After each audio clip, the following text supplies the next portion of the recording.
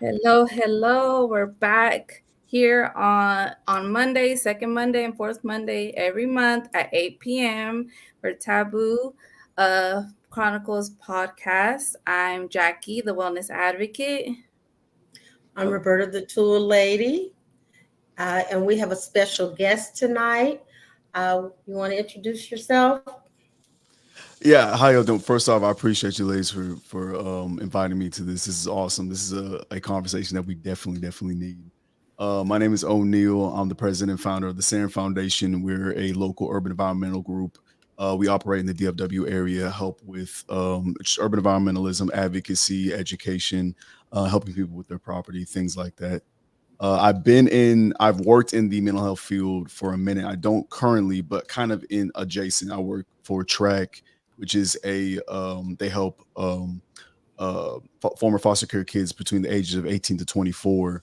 And a lot of them, of course, are black and brown. And a lot of them, of course, have a lot of past traumas that necessitates having that talk about therapy. So appreciate y'all having me on here, and I'm ready to give a little bit of my knowledge. A little, not even knowledge, man. It's just experience. It's just experience. That's it. Yeah.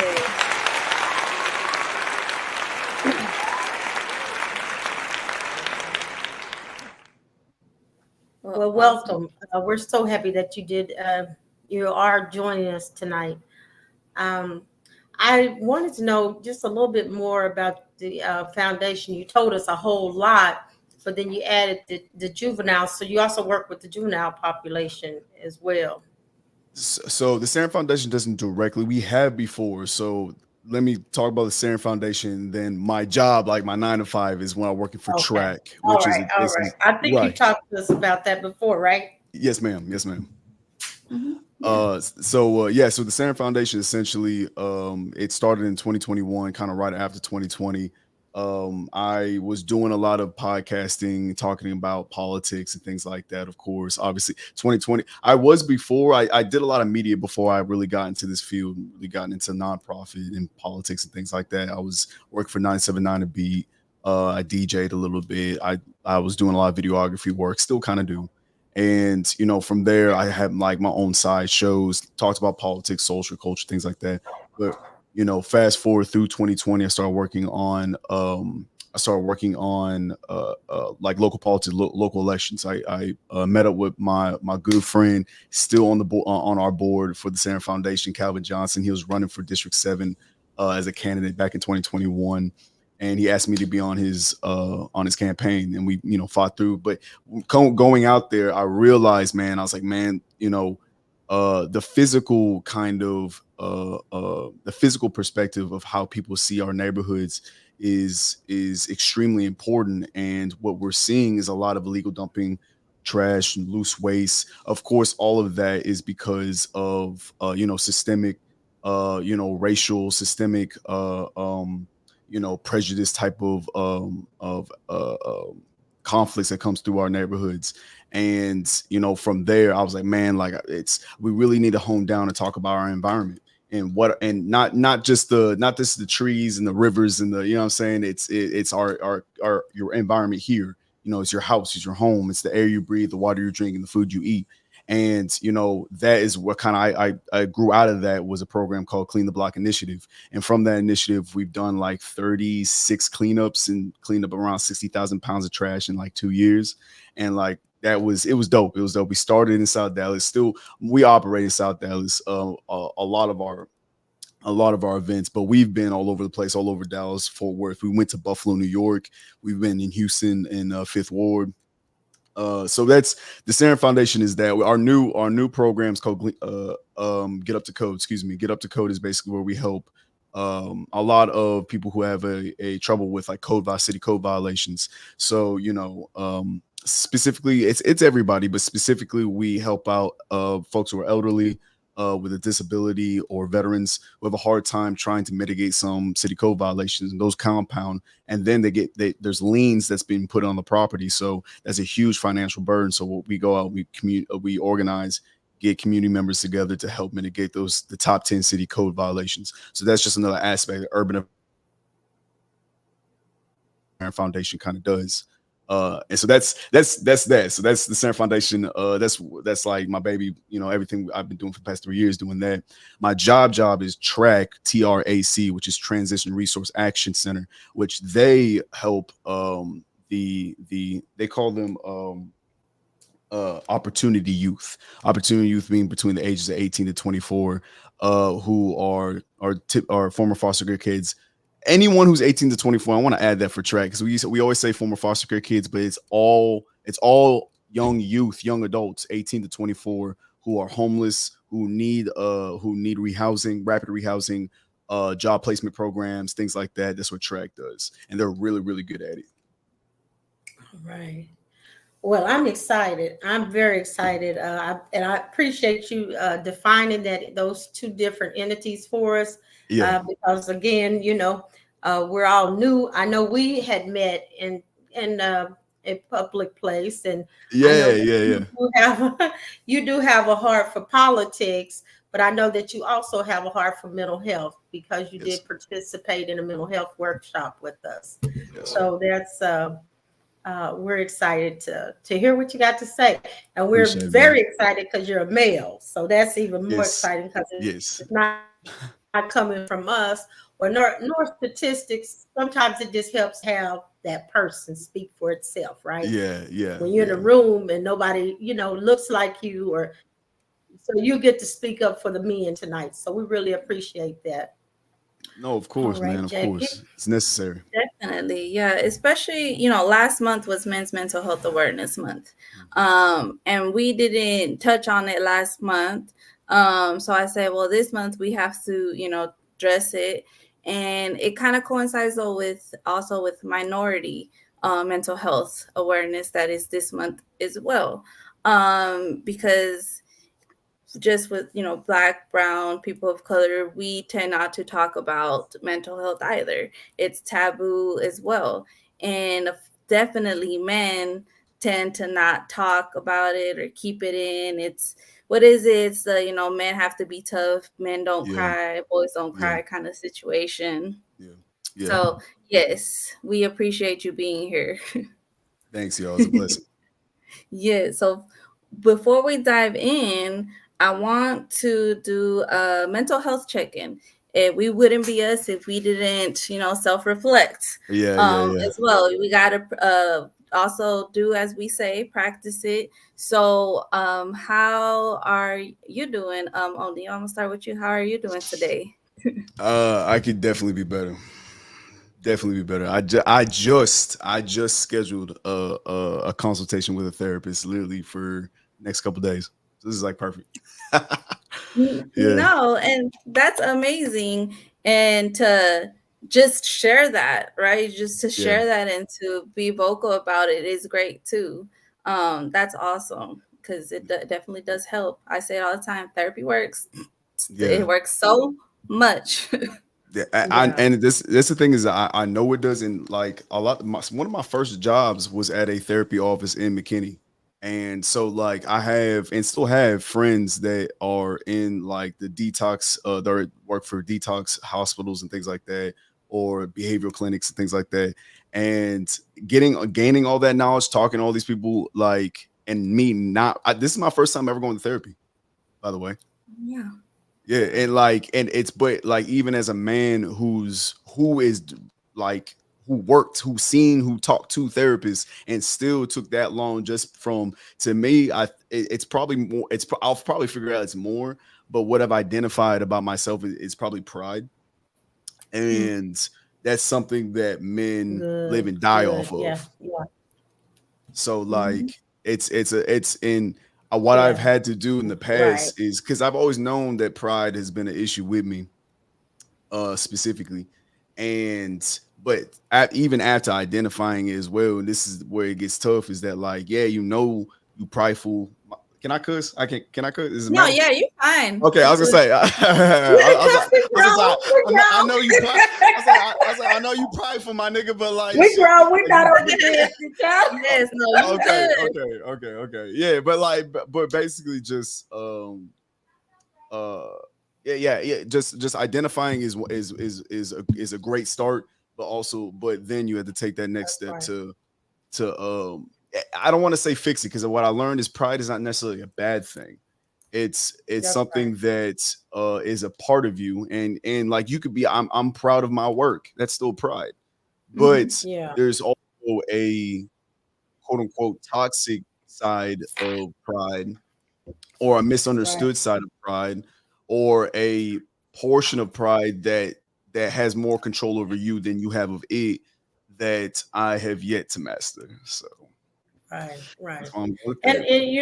yeah, Neil, you said that, but that's true because I think with men, and I mean, we're gonna get more into it here in a little bit, but and we got to check in too. We ain't checked in, Yeah. but I get where you're coming from with that pride because I think with men, it gets kind of mixed up with I'm strong, I'm Hmm. athletic, Hmm. Mhm. Hmm. because you're a fine brother, right? Hmm. Hey, Hmm. and pretty handsome, got the guns.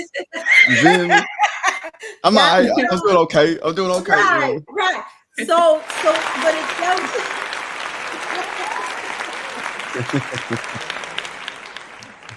But it doesn't say that you don't need help, right? Yeah.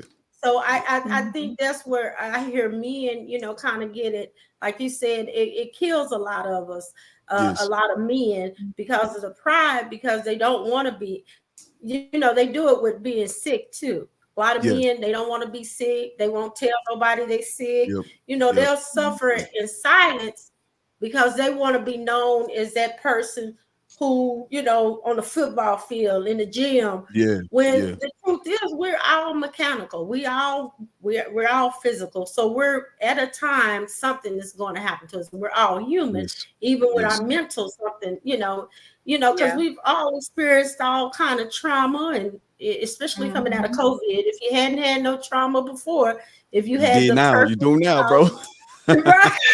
Hey, you got it now, so you know how Yeah. it Yeah. feels to be locked up. You know how it feels to be scared. You know how it feels to have a lot of people pass. You just know you kind of got to experience the whole ramification of trauma at one Yeah. time. Yeah. So, Thanks. but Thanks. I appreciate you saying that because it is, pride messes up a lot of men, and like I said, I think this men get it mixed up with their physical deal. Like, Yeah, it to me, it's a, I won't say a low emotional IQ, but an immature emotional IQ. We're a lot of our emotional IQs are still very much immature, and so we can't Mhm. distinguish between our emotions, and then we chalk it up to pride.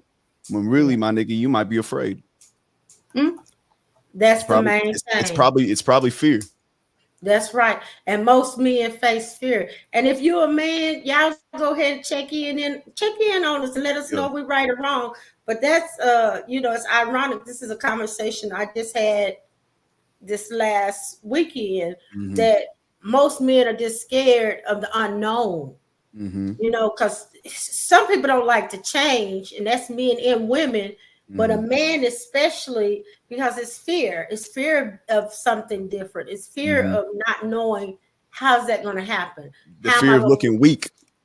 Mhm. looking weak, yeah, Hmm. or yeah, you're right. So Hmm. all these negative words we have, or stigma that we have when you need help. So you're right. But let me go ahead and check in. I'm feeling excited. I'm very interested into continuing this conversation, and tonight, and I think it'll save some lives because men are number one. They're higher on the suicide rate now as Yeah. well. And I know y'all say, Roberta, why you always talk about suicide? But guess what? We're trying to save some lives. Like he said, put the pride aside, put the fear aside. We in this together. Hmm. Go Hmm. ahead on, Jackie. Yeah. No, definitely. I'm actually feeling pretty good despite, having started a new job and everything, and today we're actually, yes, actually went on to the campus cuz last week they had maintenance they had to do, but what I did, and I want to share this cuz maybe this could be helpful for someone. Yesterday what I did was ground myself. I was outside helping my husband do an oil change for my van, really more just hanging out, not really doing anything. And I said, you know what? I'm out here. It feels good. And the grass was getting watered. I'm going to get barefoot and I'm going to walk on the grass. And I did. I started walking back and forth. I did a little bit of stretching, a little bit of yoga. And I think that's what helped me set the tone for today, to get up, energized, and ready to go. I love that. Hell yeah. Yes. That's a tool right there that can be That used. is a tool. That's a tool. That is one. Yeah, Yes. that's a good grounding tool. I'd never done it. I'd always researched it, shared the resource. What did you just say, O'Neil? I know. I've worked in the field. I know what to do. Same thing. I share the resource. I share the tool, and I've never done it. I do yoga. I do the box breathing, and I do the I forget what it's called when you tap on your chest while you're breathing. I do that. Yes, it helps. Do that type of stuff. I might do that. Yes. And finally I did the grounding and I was like, oh my God. I'm like, this really helps, grounding yourself to earth, to Mother Earth. Yeah. When's the last time any of y'all touch grass? Like for real. You know what I'm saying? Like we don't touch grass, man. I can't. I live in the hood, bro. There's no, I mean, we got like weeds and stuff, but like right. Yeah. Well, and you know what? With the grass and all of the earth, being out in nature is very helpful, and also it adds to longevity of life. They say different environments, so there's a lot of literature about that. Different environments have grass where certain environments don't. Yes. And so that along with the grass, it kicks out some oxygen. It clarifies the oxygen. So if you're in the inner city and you don't have grass, what do you have? How do you refill oxygen? Right. Yeah. We got cement. That's all we got. And so it is important for you to get regrounded. We're all energy. We're all energy. So that's why it's called grounding. And I do it all the time. I walk outside without my shoes on. I thought it was because I was country at first, but nah. Me too. I actually grew up like that. I grew up like that, walking barefoot outside when I was a kid. Always outside barefooted, all the time. I did that. Maybe that's why I did that because I was a bad kid. I was running around naked when I was a little baby. So look, you were grounding yourself and didn't even know it. Because that's awful. Now we don't want nobody to run out naked though. Don't do that. We're not gonna. Morning, walk out barefoot. It's okay.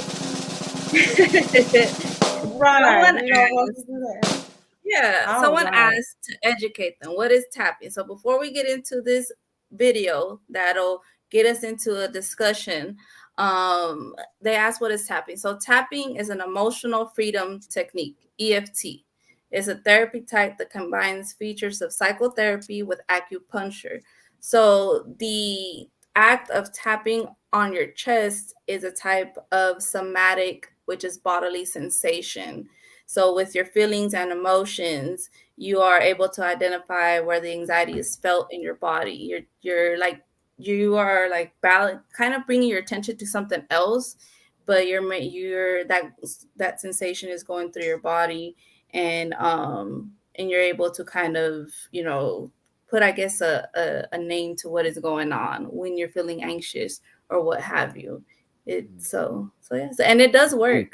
It works also here. It says for treatment of PTSD among war veterans, sexual violence survivors, motor vehicle accident survivors, prisoners, disaster survivors, hospital patients. So it works. Just you can look it up, benefits of tapping for anxiety, and it does help. It's something about even the act of, have y'all heard of putting a mint in your mouth when you feel like you're going to get an anxiety attack? Yeah. It takes your mind away from your anxiety. You start focusing on the mint. Interesting. Okay. Yep. And it's another type of grounding you. Yeah. That's cool. I I can dig it. Yes. Yeah. Yeah. So let's get into this video. And this video is The Voices of Men, Men's Mental Health documentary. And we're going to watch just a few minutes of it to dive into more of the awesome, amazing conversation we're going to have. Let's get into it.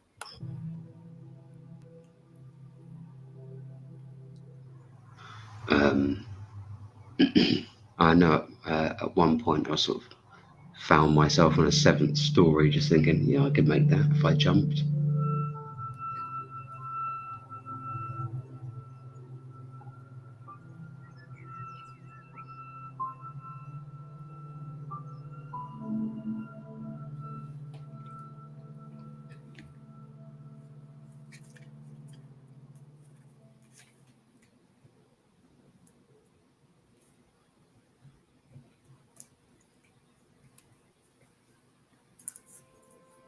I suffer from both anxiety and depression, and it can be a bit of a roller coaster ride. 1 minute you're feeling utterly worthless as a human, you'll never succeed in your goals or even the tasks that you set yourself that day, and there's this constant pressure of comparing yourself to everyone else around you who is seemingly doing so much better, and then suddenly it'll all be washed away by complete apathy, and you'll feel nothing, just entirely numb.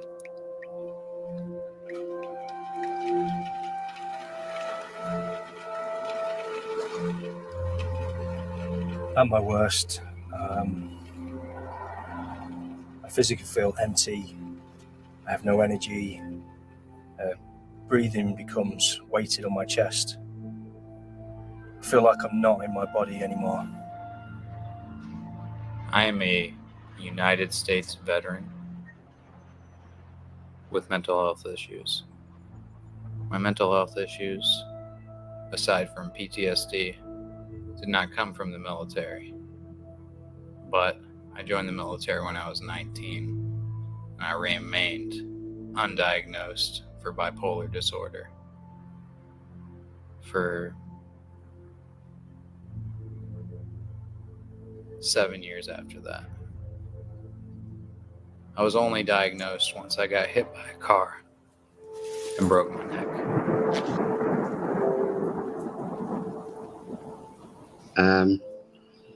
I was diagnosed with manic depression when I was about 11 or 12. Personally and almost personality wise, I felt like a bit of a loose cannon. So I sort of retreated into that. I basically lost 10 years of my life just, doing drugs. But, I was kind of a functioning alcoholic and drug addict for about a decade, from 18 to 28, I suppose, which is when I met my now partner, my now wife. It certainly, until her, it was very difficult for me to establish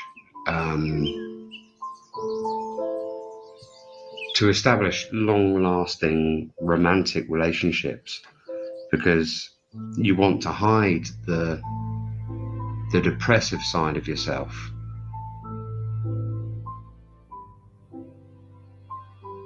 The only way I can describe it is sort of like you're sat in a room, everyone you love's outside, you can see them through the window. All you have to do is get up and walk outside, open the door, but you can't. You can't get up. Even though you want to go up, your legs won't move. So you want to do all these things, but your body won't let you do them. It's like debilitating. It stops you from doing things you want to do, even though you know you want to do it. Your mind tells you not to do it, because what's the point?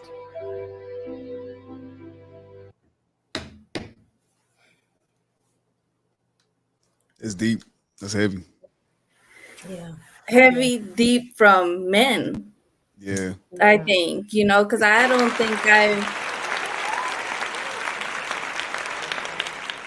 I don't think I've really ever, honestly, if I'm thinking about it, ever even heard my dad admit to feeling like the world is heavy on him or anything. I could see it, but he never said anything. Likewise, my brother or my brother-in-laws or my husband, you could see it, but nothing is said. Yeah. Yeah, it's a combination of a lot of things, and it's really tied to like cultural things as well. Like, you know, me and my brothers, I have an older brother, younger brother, and we definitely we absolutely 100% support each other, but it's we don't really have conversations about like, hey man, like I'm feeling depressed, bro, like or like, you know, we'll tell each other about what's going on in our lives just to keep us updated and whatnot, but it's never, it never goes in that direction of like, you know, like how you feeling like emotionally today, like my like bro, like da, da, da, da, like are you okay, you cry, like da, da, da. We don't do none of that. And like, you know, that's, and it's not because my dad was some hard ass who was like y'all niggas can't cry. Da, da, da. It was never that really. He was I have very little father. It's just that I think that as men, we we're very, at least I know for me and my brothers and my father, we're very duty based. So like, you know, you can feel that way, but your priorities of duty comes first. So being a caretaker, being able to pay your bills, being able to take care of yourself or your girl or whoever may be, whoop, whoop, whoop, take care of that person. Like it's always been, and I'm very much like that. So and that aspect, and a lot of men think that way as well. They might not even know it. And so what they do though is that it's they're duty based, but then the personal things that you need to go through, your personal health, they we let it decline to a point where it can't be ignored anymore because it's seeping into other aspects of what you deem as your duty. And so now you can't do your duty or whatever you deem as your highest priority in your life because your mental health is so bad. And so, like, and because your mental health is physical health, it is. I always say you have your physical, your spiritual, and your mental health. Those are the actual, real, for real health that you need to be able to care for and things like that. And men don't do the mental part of this stuff. A lot of us don't do the spiritual part either. That's very much connected, but the mental part for sure. And so, like a lot of these men, and I think that personally for me, whenever I feel my most down, my most depressed, is when I can't see the vision of my future is unclear. I can't see. It's like almost I can't see. I'm wading through a mist. I'm just walking. And a lot of men, we get we get hard on ourselves when we don't, you know, fulfill those aspects of what being a quote unquote man is. So tonight we're gonna. I think we have our question. I know we got to do our questions, but I think I'm gonna always go back to like we need to redefine what being a man is because that's fucking it's fucking men up. We all have our own if from cultural pressures, from societal pressures, from religious pressures and political pressures and things like that. We have created a thing of what you have to do, your criteria. This is what you're telling little boys. You're telling little boys that this is your criteria of being a man. If you don't do that, you have no value. So men fear having no value, bro. That's what we fear. We fear worthlessness. We feel like we're worthless when we can't do A, B, and C.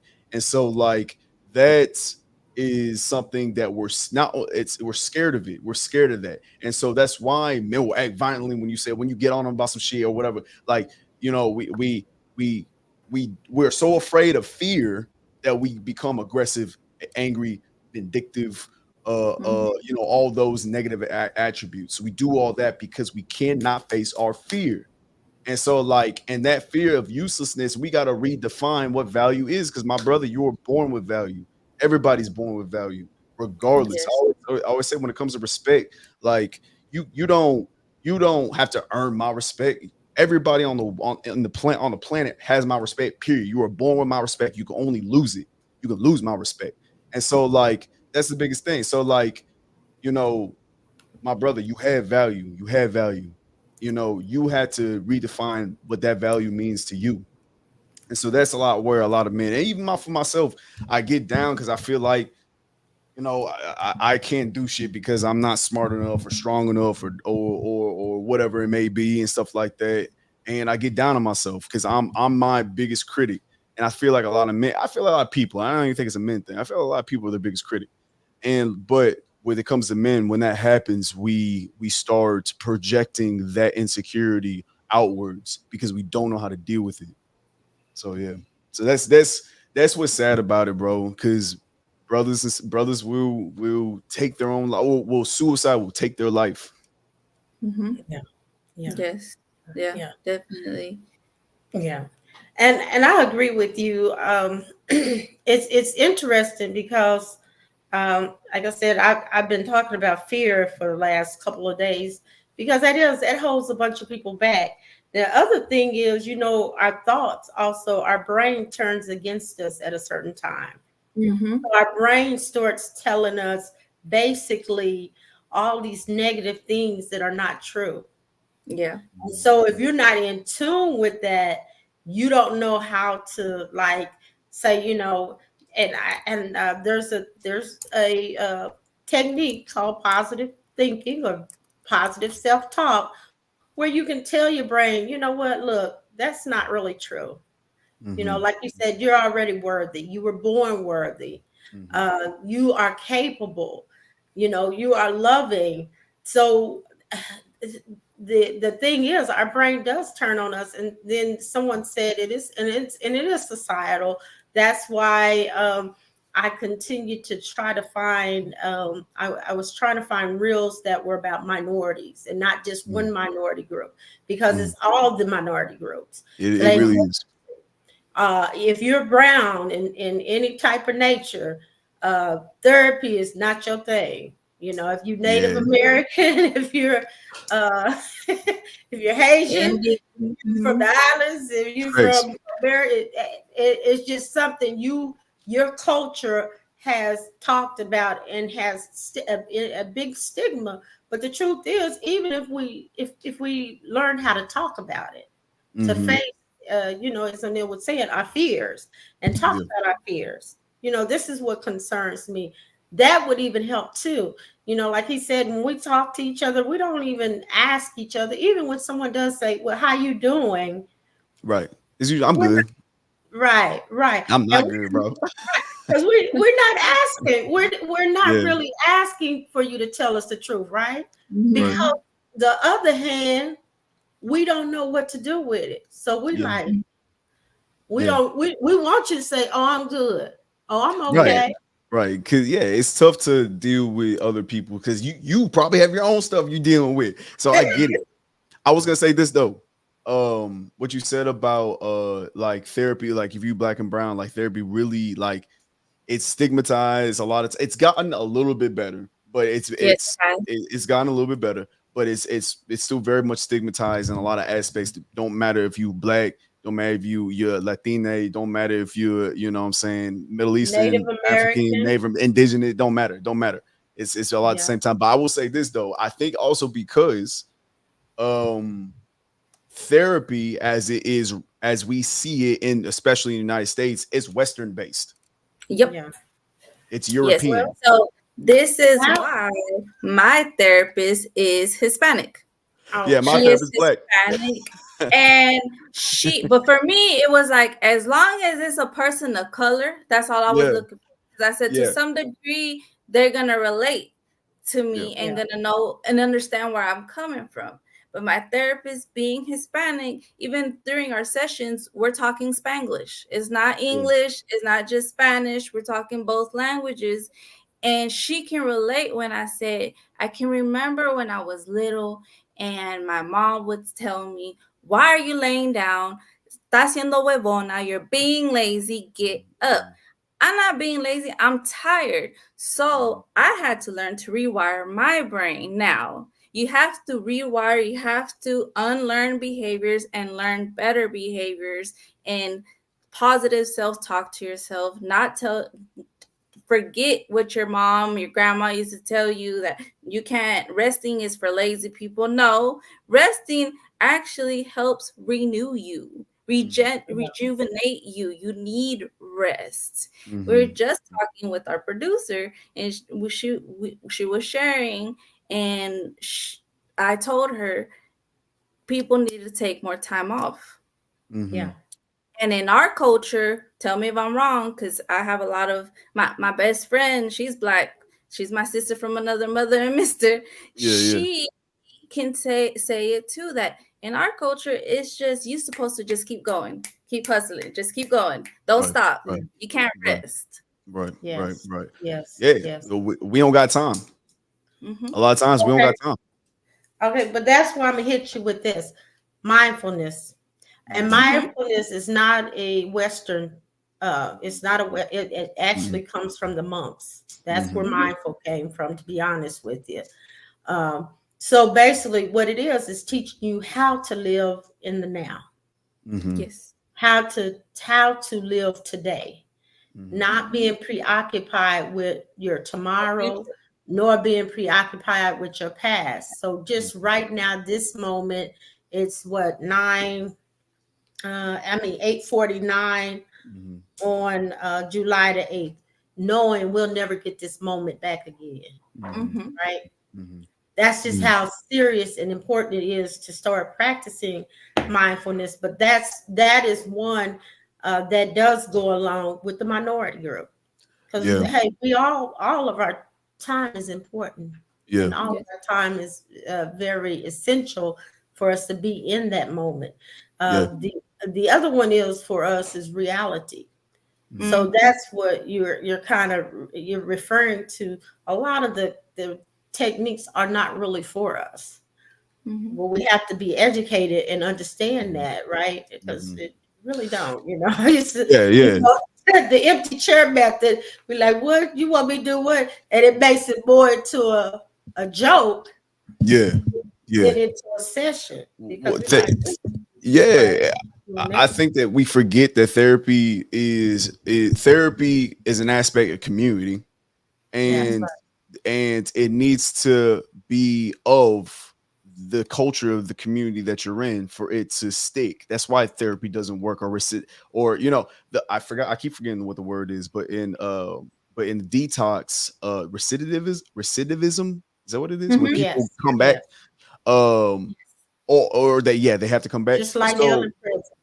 Yes. So in detox, man, it's at the national average is still like extremely high. People like you, if you go detox, you're coming back. Go ahead. Let me share this. You making a point there.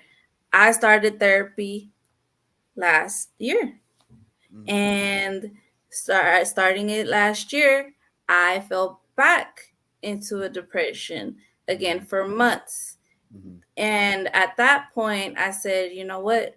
Medication. Because I've tried it by myself. I'm trying the yoga. I'm trying the better eating. I'm doing all the holistic ways, and it's not helping me. It's not. I can't get out of bed. I don't want to shower. Simply picking up the phone to make a phone call is difficult for me. So finally got on medication. The first one was wrong because it was a numbing one.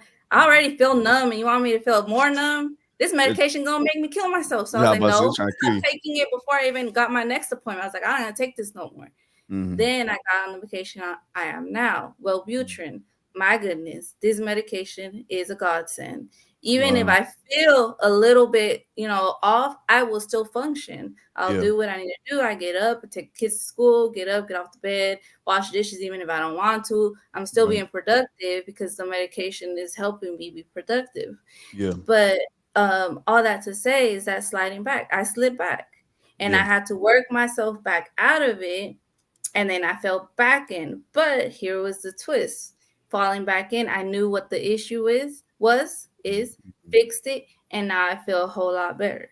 Yes. Now I know what my issue was, and I fixed it. Yes. Yeah. No, that is so, because it's a journey, man. It's a journey. Oh yeah, it's healing it's is like a journey, not a destination.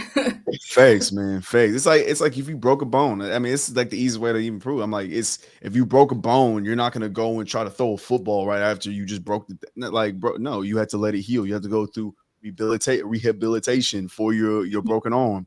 You have to do the exact same thing for emotional anything, emotional trauma, emotional hurt, emotional damage, all that. Same thing. Yes. Yep. And And then one no, nugget. go Go ahead. ahead, Roberta. Go ahead. No, I was just going to say knowing what that trauma is, because in our communities, a lot of people don't even realize what trauma is. Yeah. You know, because we've normalized it. People going to prison. We've normalized people dying. We've normalized people losing their jobs. We've normalized people being displaced, that we don't even realize, hey, we're being traumatized. This is a traumatic Yes. situation I'm going through, and I have the right to feel the way I do. And then, like you said, then our pride gets into us, and then we'll say, you know, I feel this way, but I won't say anything. Yeah.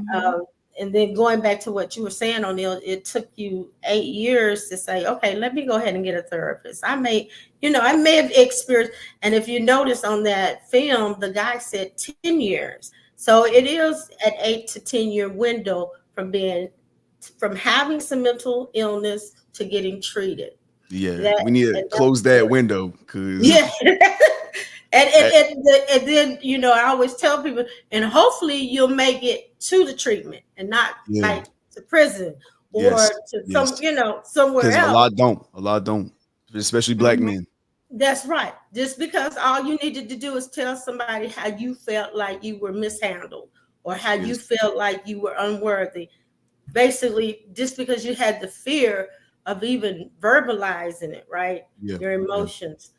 Yes. And I think this is why Hispanic men, at least I know I can see it actually in action with some that I know, where the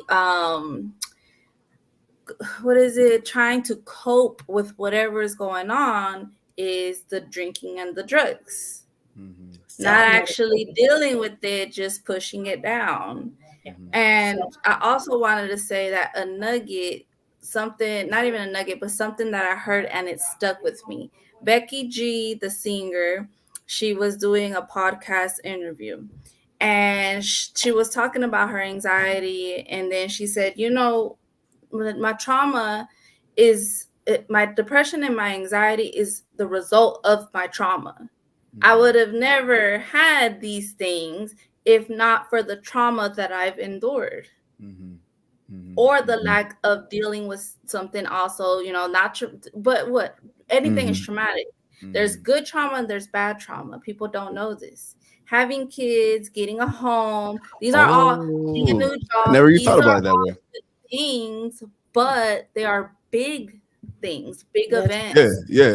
And big changes. Because even for men, becoming fathers is tough.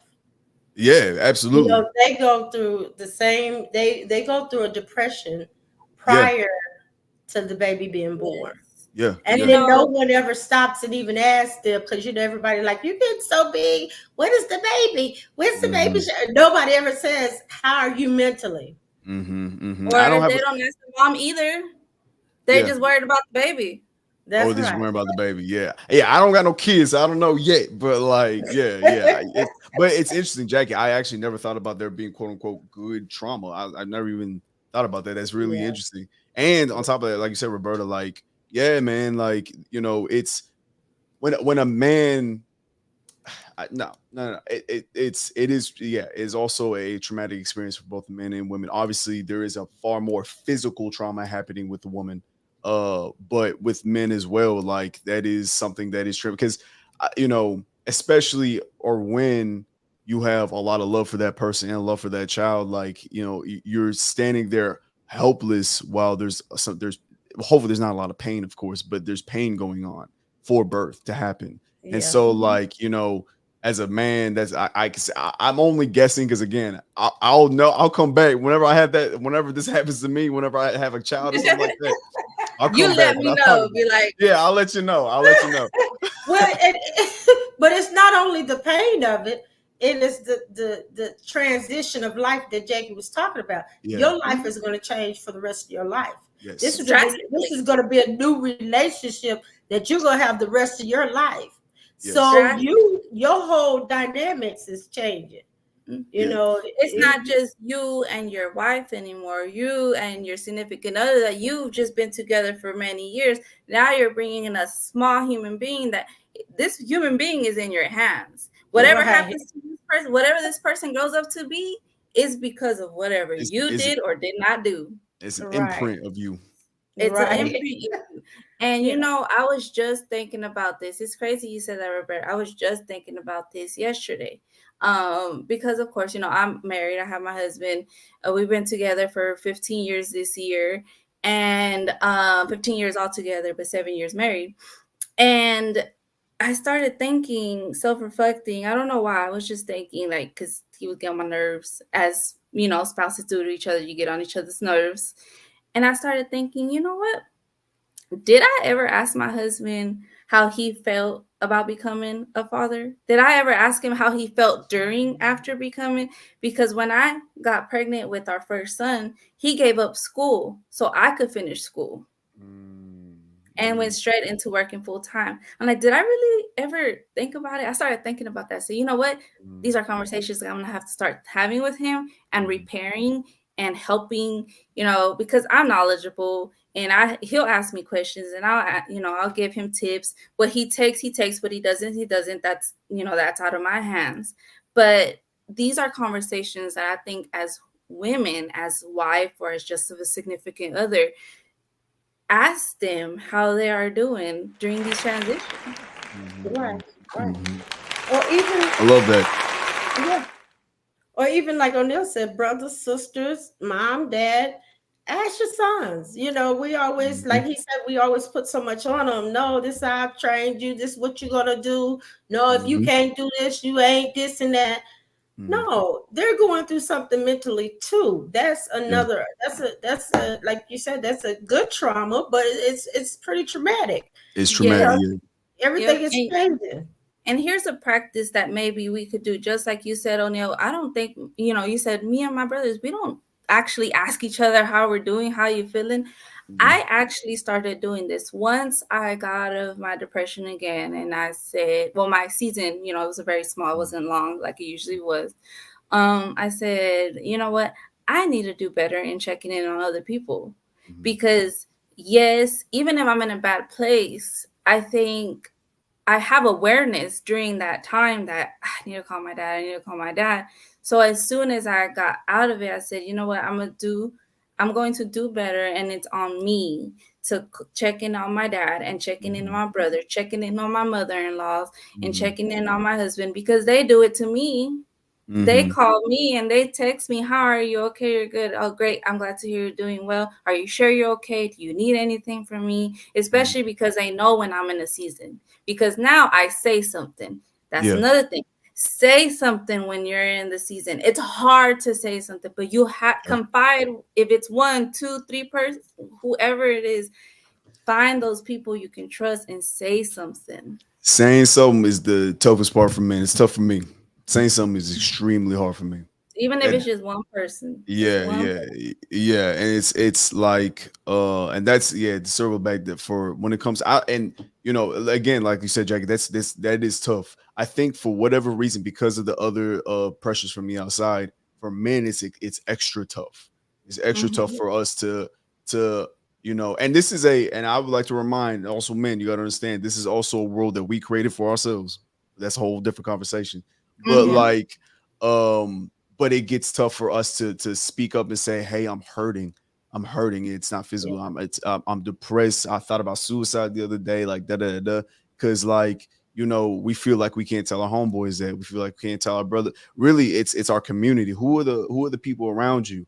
And do you feel as if you can? A lot of times that's also a thing too, because unfortunately you might not have the best people around you as well. It really depends. I'm trying to think everybody in these situations that it's hard for you to even speak up. But this is why therapy is so important, because if you don't feel like you have anybody around you, because you're in either a toxic environment or you have toxic people around you and you feel trapped, getting to that person that person outside your sphere of influence, outside your bubble, to talk to somebody who is a professional, that is something you have to do, you need to do, because that is critical for your health. But like, speaking up, extremely tough for me personally. It's tough because I feel like I can handle everything. I feel like I could put the world on my shoulder and just like run. Mm-hmm. And because I've been blessed with such a good community around me, I don't also want to be a burden on them as well. Going back to that feeling of weakness, I don't like feeling weak, and I don't like other people thinking that I'm weak, even though that's never the Mm-hmm. case. Even now, knowing that's never the case, I still fall into that trap of not wanting to talk about how, man, like, it could be financial too. Financial shit get you fucking depressed, bro. You Oh yes, know what I'm saying? man. You ain't got no money in your bank account, bro. You This will be economy, depressed, bro. Jesus, Like, Jesus. but I don't like asking for money. I don't like asking for help. And so like, but when you do, like, when I was going through a thing, and Calvin, I was going through something, and I didn't tell my he's basically kind of like my mentor, like Calvin, like, and Calvin's like, man, you should just let me know. I was like, I don't want to I don't ask for fucking nothing, bro. I don't want to ask for nothing. He goes, that's not even it, man. Like, I know you're a hard worker. I will just have you work for me to do something, just because I know because he's like, oh yeah, I give you money, but I know you never take it, so you can still come work. You do some work, or I can help you. We can find somebody to help you. Like, if you don't, and do this with your homeboys, bro. And now talking about money with your homeboys is a lot easier, but a lot of times it's like, it's not about money, bro. That's not why you're depressed. You're depressed because of A, B, and C trauma that you don't want to talk about, or you Yeah. might have been SA'd when you were a kid and you don't want to talk about it. And so you Mm-hmm. think that material success will fix your mental health problems. It never will. Mm-hmm. No, It it never, won't. ever, It won't. ever will. And so that is something that's so important for men. Like, one, find the community around you that you can speak, that you feel comfortable with to do so. And if that's not there, find a therapist, find somebody find a professional that you can talk to. And then, of course, okay, I was gonna go into like, if you can afford it, but that's a whole different conversation. But yeah, It's a Now, whole nother. now let me go ahead and say, because we're going to have to end tonight. Yes, we're gonna end in 2 minutes. Go. Okay, Yeah, my bad, we're my gonna bad. have to end tonight. But the number for suicide is 988. That's the number on your cell phone, and it's just a safe place for you to voice that. You're very worthy. You're very important, as O'Neill had said. And a lot of our brothers are committing suicide. A lot of our sisters are committing suicide, which has not been until after COVID, post-COVID. So we just want you to be aware of that, along with our children, our minority Oh children yes, Yes. in the numbers. those numbers have gone up. Those statistics have gone up. And I want to say this, is that I also struggle with I'm strong. I have to be strong for everyone. I cannot say that I'm weak at this time. But I have learned, yes, when you choose not to speak up, you've weighed the alternative. Have you weighed the alternative? So speak up. So I'm glad for that comment. Say something, because it doesn't Please. diminish you. It doesn't diminish your strength. No. It doesn't diminish your value, as O'Neill said at the beginning. No, Every life is precious. You're valued. You're worth it. Don't listen to those voices from back then when your parent or whoever your guardian was, foster parent, whomever, that said you weren't worth it. You are. Everyone has Automatically. value. Yes. Okay. So with that, we are going to close out. O'Neill, tell people where they can find you before we close out again. Yes, you can find, so the Serun Foundation is at the Serun Foundation you can find us on basically all social media. So just find us, you can just put that in. Or you can find me, O'Neill, Real with O'Neill. That's Real with Oneil. You can find me on Twitch. Find me on Twitch, bro. I'm live every other day. You can find me on Instagram, Facebook, Twitter, and To Real O'Neill. That's TOO Real O'Neill on TikTok. Thank you. And thank you so much again for being here. And I'm going to Appreciate ask y'all. our amazing tool lady who came with the tools today, who brought some more techniques for you to utilize, the grounding, the breathing, there was the mindfulness. So thank you for that. For even despite we've talked about it before, but we got to keep hearing it. So then that you say, you know what? Screw it. Okay, you keep saying that I'm gonna do it. This is on purpose why we keep repeating ourselves, y'all. Because at some point you're gonna say, okay, they keep saying it. I need to do it. Let me go research it. That's if right. you need more information, the link is in our bio. Roberta, take it away. All right. Thank you. Thank you all for joining us tonight. Peace and love. Bye.